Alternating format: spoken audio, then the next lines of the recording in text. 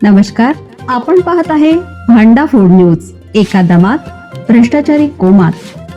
Social media, कर्जबाजारी, गुन्हेगारी, सट्टेबाजी, चोरी, मटका, जुगार, दारू, सावकारशाही, न्यायाच्या प्रतीक्षेत प्रशासन. भांडाफोड न्यूज. एका दमात भ्रष्टाचारी कोमात. अशोक खरात अटकेनंतर तणाव. कार कंटेनर खाली घुसली. जितेंद्र शेळके व पत्नीचा जागीच मृत्यू. अशोक खरात प्रकरणाशी संबंधित आणखीन एक धक्कादायक घटना समोर आली आहे.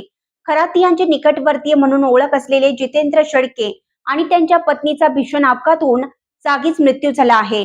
तर त्यांचा मुलगा गंभीर जखमी झाला असून त्याच्यावर उपचार सुरू आहेत. या अपघातामुळे प्रकरणाला नवे वळण मिळाले असून अनेक प्रश्न उपस्थित होत आहेत. मिळालेल्या माहितीनुसार जितेंद्र शेळके यांची कार उभ्या असलेल्या कंटेनरला पाठीमागून जोरात धडकली. धडक इतकी भीषण होती की कार थेट कंटेनर खाली घुसली. या अपघातात जितेंद्र शेळके आणि त्यांची पत्नी अनुराधा शेळके यांचा जागीच मृत्यू झाला. त्यांचा मुलगा गंभीर जखमी झाला आहे. जितेंद्र शेळके हे अशोक खरात यांच्या शिवनिका ट्रस्टचे उपाध्यक्ष राहिले होते आणि खरात यांचे निकटवर्तीय मानले जात होते. अशोक खरातला अटक झाल्यापासून शेळके तणावात असल्याची माहिती समोर येत आहे.